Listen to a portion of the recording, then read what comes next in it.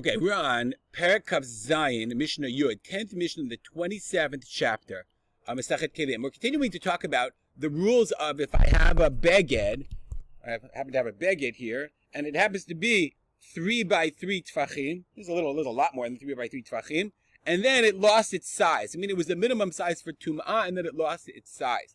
Says the Mishnah, Shlosha al Shlosha shenechelak. If I have a 3 by 3 garment, shenechelak, that got divided up, meaning got cut in half.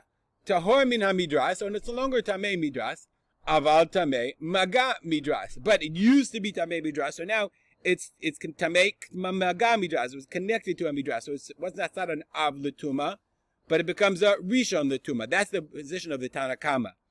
Amar Rabbi Yossi said, Rabbi Yossi, v'chi be'eza midras naga zeh. What tamei midras? I mean, if I had a beged, and I cut it, so like the second half, the two halves don't touch each other, they're no longer tamei midras if they were the minimum size. Ella im kei nagabo hazav tamei magazav. But if the zav touched it, then tamei magazav. Then it's a tamei magazav. It's a rishon l'tumah from a tumat zav. But you can't say it's tamei maga midras from itself. Now, it's important to point out, we saw a very similar idea in a previous Mishnah, Mishnah Zayin. Let's zap over to Mishnah Zayin. We had a very similar Mishnah. We said if you had a beged that was 3 by 3 tfachim and it was tamei midras, and then we said, if natal chut mitchilato, if it lost one string, meaning one layer, and it's no longer 3 by 3, and then nishlim kol beged, and then you add on the rest, you connect it, then tamei maga midras. It's tamei maga midras. So remember, it's the same thing. It doesn't matter if it's like 3 by 3 and you cut it in half, or 3 by 3 and you lose like a single line, a single string, a single thread. Nonetheless, that's the position of the Tamakama who said tamei maga midras. And the Bartanur, the Mefarshim, point out that just as Rabbi Yossi, let's go back to our Mishnah.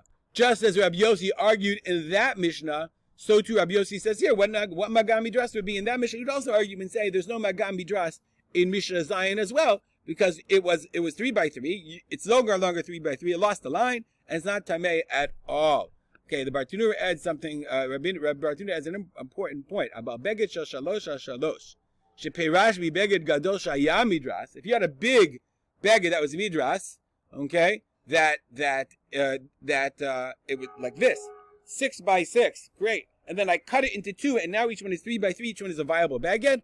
Hakol modim shebeshat prishatam yaviyem. Everyone agrees that when you remove them from their father, from the larger beged, Mekablo Tumah me'avim, they still Mekablo Tumah. Meaning it's only if it's no longer, if you have a 3 by 3 and you cut it in half, now they're no longer viable as a beged, then they're not Tameh according to Rabbi Yossi. Rabbi Yossi agrees if it's a large beged, you cut it in half and each one is still a half a beged, they're still Mekabel Tumah, they're still Tumah the way they were, but Tameh the way they were before. As we stop here, we'll dedicate our learning to Rabbi, my father, Rab Simcha ben Yitzchak Kalman. Make it a great day.